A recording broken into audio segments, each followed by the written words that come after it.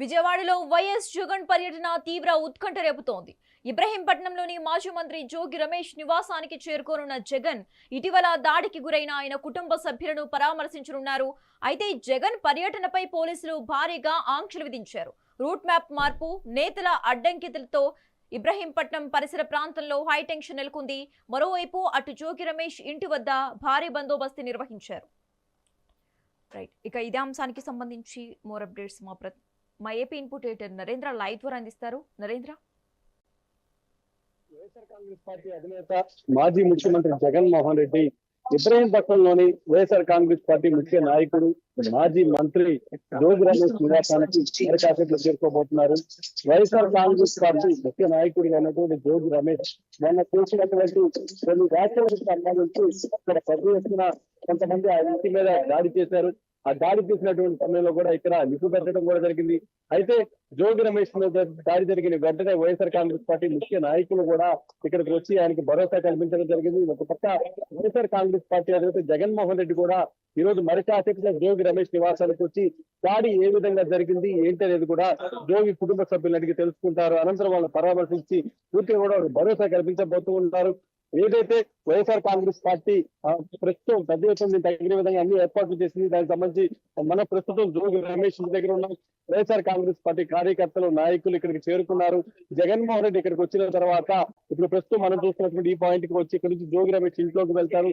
వెళ్ళి జోగి రమేష్ కుటుంబ సభ్యుల్ని కలుస్తారు. అసలు కింద వాళ్ళంతా కూడా ఆ గేట్లు కూడా అప్పుడు ఎరగొట్టేందుకు ప్రయత్నించారు. అదేవిధంగా పైన ఉన్నటువంటి గ్లాసులన్నింటినీ కూడా పగలగొట్టారు.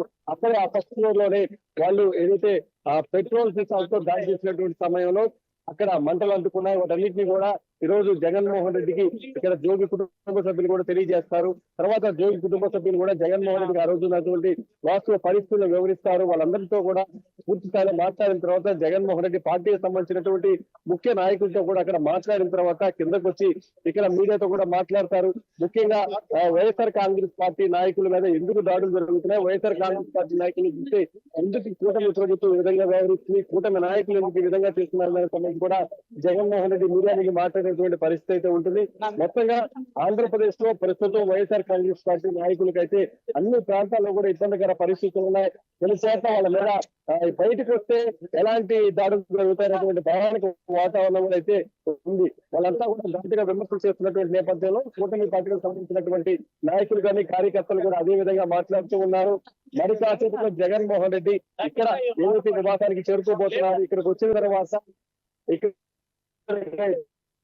పాటు కార్యకర్తలు కూడా ప్రజలు వచ్చేటువంటి అవకాశం కనిపిస్తుంది. ఉదయం 10:30 సమయంలో జగన్మోహన్ రెడ్డి నివాసం నుంచి బయలుదేరితే ఇప్పటిదాకా ఇక్కడికి చేరుకుని మనం అడుగడుగున ఎంత పెద్ద ఎత్తున వైఎస్ఆర్ కాంగ్రెస్ పార్టీ జగన్కి అర్థం చేసుకోవచ్చు. జగన్మోహన్ రెడ్డి ఇక్కడికి చేరుకోబోతున్నారు. ఇక్కడికి చేరుకున్న తర్వాత జోగి రమేష్ కుటుంబ సభ్యులు కూడా పరామర్శించబోతున్నారు. Thanks for the updates Narendra.